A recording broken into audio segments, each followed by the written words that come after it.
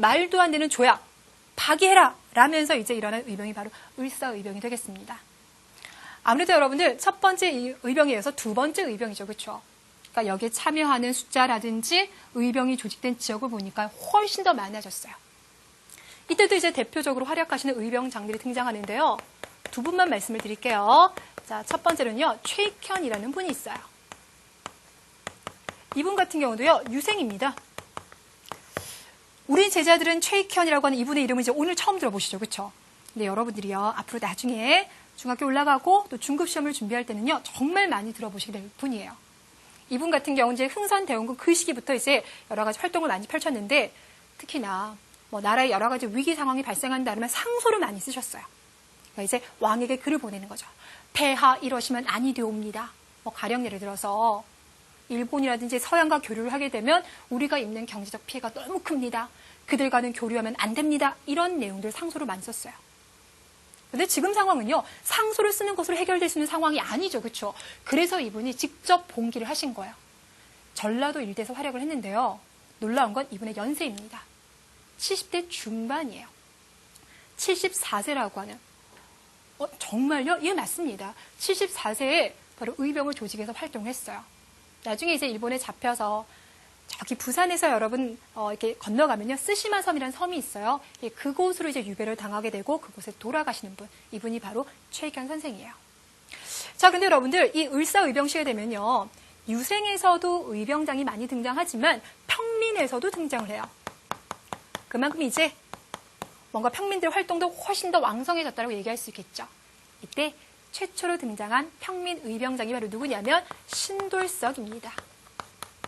신돌석. 이름에서 일단 조금 느낌은 오시죠. 그렇죠? 이분 같은 경우는요, 저기 경상북도, 강원도 이 일대에서 많이 활약을 했어요. 여러분, 우리나라는요, 경상북도다 강원도 일대 가면 워낙 산이 많아요. 산이니까 이제 숨기도 좋고 막 이렇겠죠. 그렇죠? 그래서 의병 같은 경우는 무기 자체가 일본군에 비해서 뛰어날 수가 없어요. 그러니까 일본군이 최신형 총으로 무장을 했다면 우리는 물론 총도 있었겠습니다만 대부분 이제 활이라든지 뭐 검이라든지 죽창 이런 걸로 이제 싸웠어요. 그럼에도 불구하고 산악 지형 같은 거. 그러니까 어디를 숨으면 일본군이 이제 못 쫓아오겠다라든지 아니면 일본군을 이쪽으로 유인해서 공격하면 그들이 방어를 못 하겠다든지 이런 지리를 너무나 잘하는 거야. 그래서 이분도 그런 지리를 이용해서 많이 활약을 펼쳐가지고요. 일본이 그렇게 두려워했대요. 그래서 이분의 별명이 바로 뭐냐면 태백산 호랑이입니다. 그만큼 활동을 많이 펼쳤던 분입니다. 자, 마지막 세 번째 조직되어진 의병은요, 정미의병이라고 합니다. 이건 조금 낯선가요? 그렇다면 연도로 얘기할게요. 1907년이에요.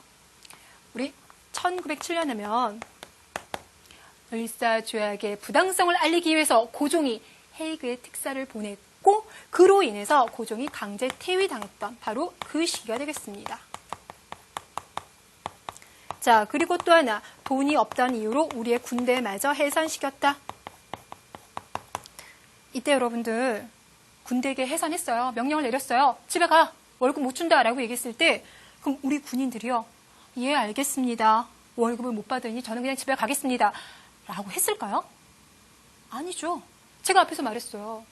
나라를 지키는 군대가 없다라는 거. 일본이 그냥 우리 문을 열고 지배를 하도록 냅두는 상황이 돼버리는 거잖아요. 그래서 이때 해산된 군인들은 집으로 가지 않고 무기고를 가는 거예요. 그래서 총이라든지 탄약을 가져옵니다. 그리고 일본군과 전투를 벌이기도 했고요. 그 이후 의병에 많은 분들이 합류를 했어요. 그래서 아까 우리가 봤었던 그 사진 속에 보니까요. 군복을 입고 있었던 사람이 있었죠. 그렇죠? 네, 맞습니다. 바로 해산된 군인들이 거기에 합류를 한 거예요. 저는 그 사진을 볼 때마다 대단히 개인적으로 마음이 좀 많이 아팠어요. 왜냐면 그 사진을 찍었던 사람이 영국 기자예요. 영국 기자가 이제 취재 나왔다가 의병들을 만나게 됐는데 물어봤습니다. 당신들은 이 전쟁에서 일본을 이길 수 있을 거라고 생각합니까? 라고 했는데 그들은 쉽지 않을 거라고 생각합니다. 라고 대답을 해요. 그러면 죽을 줄 알면서도 왜 싸웁니까? 라고 했더니 뭐라고 했냐면 일본의 노예가 되느니 끝까지 맞서 싸우겠습니다. 라는 이야기를 했대요. 그리고는 아주 강렬한 눈빛을 뿜으면서 사진을 찍고 이제 헤어졌다라고 해요. 그래서 그거 볼 때마다 그 나이 어린 소년의 모습도 막 생각나고 그래요. 자, 이 정미의병 같은 경우는 이제 규모가 더 커져서요. 군인까지 들어오고 막 총도 들어왔으니까 거의 전쟁 수준이 되었겠죠. 그렇죠? 의병장들도 더 많이 이제 등장하게 되는데 그때 여러분들이 기억하시면 좋은 의병장이 있는데 이분은 미리 하나 힌트를 드리자면 머슴 출신이에요. 머슴 출신. 주변에 있었던 머슴들을 모아서 의병을 봉기했습니다. 이분이 바로 누구냐면요. 안규홍이라고 하는 분이에요. 자, 굳이 그의 출신을 쓰는 게 조금 웃을 수도 있겠지만요. 또 시험을 대비하다 보니까 쓰겠습니다. 이분 같은 경우는 뭐 일본인이라든지 아니면 악덕한 부자들 있죠. 농민들 약탈했었던 그런 부자들 있죠. 그런 부자들에게서 돈을 빼앗아 와서 농민들에게 나눠주기도 했다랍니다. 자, 지금까지 제가 모두 5분의 이제 의병장에 대해서 이제 설명을 드렸는데요. 우리 제자들이 이제 이런 설명 쭉 듣고 나면 역시 남자들이 나가서 나라를 위해서 큰 희생을 했어! 라고 생각하시죠. 그쵸? 이게 맞아요. 의병의 대다수가 남자인 건 맞습니다만 여자라고 해서요. 의병에 가담 안 한 거 아닙니다. 여러분들. 자, 이 시기 때 활약했었던 여성 의병 지도자 중에서 윤희순이라고 하는 분이 있어요. 자, 누구라고요? 여성입니다. 여러분들. 이분 같은 경우는 남편, 시아버지 모두 다 이제 의병 활동을 했었는데요. 어떤 식으로 이제 의병 활동을 도왔냐면 안사람, 그러니까 우리가 집사람이라고 하잖아요. 그렇죠? 안사람 의병가라는 노래를 만드는 거예요. 그래서 여자라고 해서 일본 침략을 눈 감지 마라. 저항해라. 그리고 의병이 오면 밥이라도 줘서 따뜻하게 내보내자. 그런 노래도 만들기도 하고요. 모금 활동을 펼치기도 합니다. 자, 우리가 이렇게 열심히 이제 의병 활동을 펼치니 일본이 가만히 있지는 않았었어요. 특히나 이 1907년에 의병의 규모가 많이 커져가다 보니까 그들은 한 줄만 쓸게요. 1909년 남쪽에 있었던 의병을 토벌하는 작전을 펼칩니다. 자, 이 토벌 작전으로 인해서 많은 의병들이 국내에서 활동할 수 없는 상황에 이르렀어요. 그래서 여러분들 홍범도 장군이라고요. 나중에 우리가 일제강점기 때 공부하게 될 텐데 이분 같은 경우는 국내에서 의병 활동하다가 저기 만주 지역. 만주라고 하면요. 압록강 넘어 있는 중국 지역입니다. 지금은 그 지역으로 옮겨가서 이제 독립운동을 전개하게 되고요. 그리고 이제 국내에 남아서도 의병 활동을 계속 하시는 분이 있긴 있어요. 최응언이라는 분인데 이분은 1915년 결국 이제 일본에 체포되었습니다. 그래서 이분 하면 우리가 마지막 국내에서 활동했던 의병장이라고 불러줍니다. 자, 의병의 이야기는 여러분들 공부하다 보면요. 외워야 된다는 부담감도 있지만 꼭 알아야 되겠다라는 생각도 드시죠. 자, 특히나 우리 제자들이 꼭꼭 기억해야 될 부분은요. 바로 뭐냐면 원인 부분입니다. 다시 한번 확인해 볼게요. 을미사병과 단발령을 통해서 일어난 의병은 을미의병.